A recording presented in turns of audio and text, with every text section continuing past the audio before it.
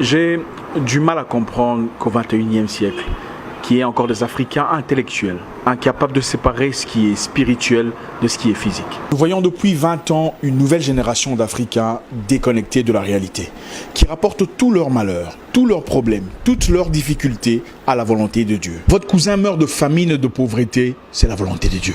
Vous faites 5 ans de chômage, sans argent, sans caleçon, c'est la volonté de Dieu. Votre neveu se noie dans la Méditerranée en quête d'une vie meilleure en Europe, c'est la volonté de Dieu. Mais finalement, c'est quoi la volonté de l'homme? La volonté de Dieu, c'est toujours dans le mal. Non, ce n'est pas la volonté de Dieu. L'Africain noir doit se décider de prendre sa vie en charge, de décider de changer son avenir. Beaucoup de frères noirs ont abandonné leur charge, démissionné de leurs responsabilités, par peur d'affronter la réalité. Les gens préfèrent laisser les choses entre les mains de Dieu que d'avoir le courage, la niaque de dire au gouvernement ouvertement d'arrêter de les tuer. Pendant que le reste du monde progresse, évolue, transcende leur réalité, les Noirs attendent la volonté de Dieu. Votre maman décède à l'hôpital, devant les docteurs, parce qu'elle n'avait pas assez d'argent pour payer les frais d'opération. Vous dites que c'est la volonté de Dieu. Vous ouvrez dans votre pays une entreprise de vente d'allumettes. 2 jours plus tard, des militaires débarquent pour saisir votre stock. Quelque temps plus tard, vous découvrez que c'est un Libanais en effet qui a tout manigancé pour garder le monopole de vente d'allumettes dans votre pays. Et vous dites que c'est la volonté de Dieu. Mais attendez, finalement, c'est quoi la volonté de Dieu? La volonté de Dieu, c'est toujours dans le mal. Donc tout, c'est la volonté de Dieu. Et les enfants qui se font violer par des militaires et des rebelles dans l'est du pays, là-bas, c'est aussi la volonté de Dieu. Je refuse de croire que Dieu, dans toute sa bonté, ait créé des enfants pour se faire violer à 2 ans, 4 ans, 7 ans. Les Noirs, arrêtons d'être lâches. La condition de peine, de crise, de douleur, de haine n'est pas normale. Dieu ne t'a pas créé pour te voir souffrir. Les Noirs, prenons courage. Je veux que tu prospères à tous égards comme prospère l'état de ton âme. C'est ça la promesse. Cette mentalité où il faut tout prendre et mettre ça dans le même panier, soi-disant que c'est la volonté de Dieu, est une mentalité des froussards, des trouillards, des peureux, des gens démissionnaires, incapables d'assumer leur choix, incapables de prendre en main leur destinée.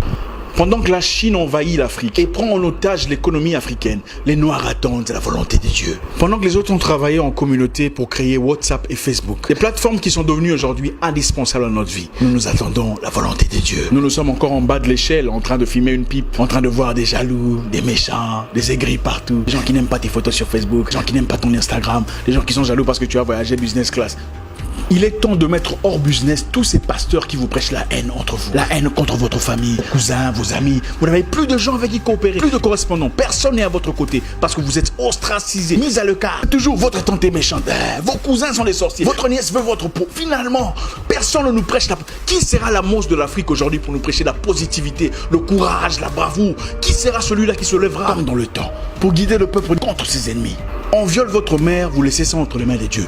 On tabasse ton père, c'est la volonté de Dieu. Finalement, vous servez à quoi? Dieu nous a-t-il créés seulement pour souffrir, nous agenouiller chaque jour et pleurer notre peine? Ah papa, s'il te plaît, il n'y a pas d'achat, il n'y a pas à manger, les enfants sont malades. Non, ce n'est pas intéressant. Depuis 20 ans, vous priez pour les mêmes problèmes, les mêmes difficultés, les mêmes manques d'argent, les mêmes difficultés de santé, les mêmes problèmes socio-économiques. Ce n'est pas intéressant. Vous passez des nuits et des nuits à lier des mêmes démons, les mêmes sorciers, les mêmes charlatans, les mêmes esprits de vagabondage, les mêmes esprits de Nabucodonosor. L'Africain doit se battre. Il doit apprendre à se battre et prendre charge de son destin.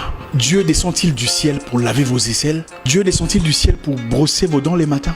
Pourquoi est-ce sa responsabilité de prendre charge de vos choix, de votre pays, de votre nation, de votre situation, de votre communauté? Eh frère, Dieu ne descendra pas du ciel pour écrire ton CV à ta place. Il ne viendra pas finir la corruption, la jalousie, le désordre chez beaucoup des Noirs. C'est notre responsabilité. Je vais vous parler d'un pays très intéressant. Pendant un temps, en Islande, les banquiers avaient foutu la merde dans l'économie. Ils avaient manipulé la finance, paupérisé la nation, pillé le peuple. Dans une série de blanchiments d'argent, les banquiers avaient accumulé au nom de l'Islande une dette de 50 milliards de dollars. Une situation qui manifestement avait déstabilisé l'avenir du peuple. Qu'est-ce que les Islandais ont fait? Ils sont allés dans les rues. Ils ont jeté en prison les banquiers pour 75 années de prison et annulé la dette. Ils ont pris charge de leur destinée. Pendant ce temps, les Noirs attendent la volonté de Dieu. Et si je vous disais que nous ne sommes pas les seuls à avoir été colonisés? Le Singapour, la Malaisie et la Chine qui a été bombardée par le Japon. La Malaisie a eu son indépendance en 1947. Où sont-ils aujourd'hui?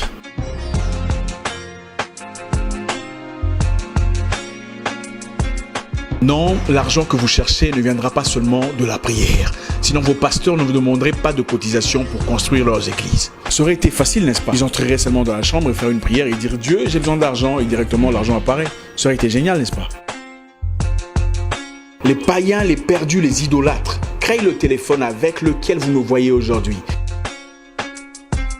avec lequel vous faites des transferts PayPal à votre église en cotisation. Mais vous attendez la volonté de Dieu. La Chine est actuellement en train de faire des recettes massives. Elle produit 95% des sièges en plastique que vous voyez dans des églises. Les chaises où c'est écrit Jésus-Christ derrière. Il y a Jésus-Christ en Chine. Les Chinois ne sont pas chrétiens, mais la vente est destinée aux Noirs.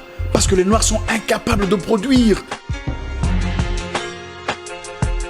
Pendant ce temps, sur le même siège en plastique venant de la Chine, avec le nom de Jésus labellé derrière, certains pasteurs se dénoncent mutuellement qui est sorcier, qui a commencé le ministère avant l'autre, Africains endormis, perdus, désorientés. Arrêtez! Dieu ne descendra pas du ciel pour vous envoyer un mari parfait, emballé comme un cadeau de Noël. Il vous a déjà donné l'intelligence, la sagesse, de savoir choisir, de savoir percevoir, de voir entre les lignes. Vous sortez avec 17 personnes différentes et aucune de ces relations ne marche. Et puis vous dites que c'est Dieu qui n'a pas voulu. C'est faux, c'est vous qui êtes légère. Dieu a aussi interdit les flirts, les activités sexuelles avant le mariage. Ça n'était pas la volonté de Dieu. Arrêtons de vivre dans l'hypocrisie. Prenons charge de nos vies. Prenons charge de notre avenir. Finalement, personne ne nous prêche la... Qui sera la monstre de l'Afrique aujourd'hui pour nous prêcher la positivité, le courage, la bravoure? Qui sera celui-là qui se lèvera?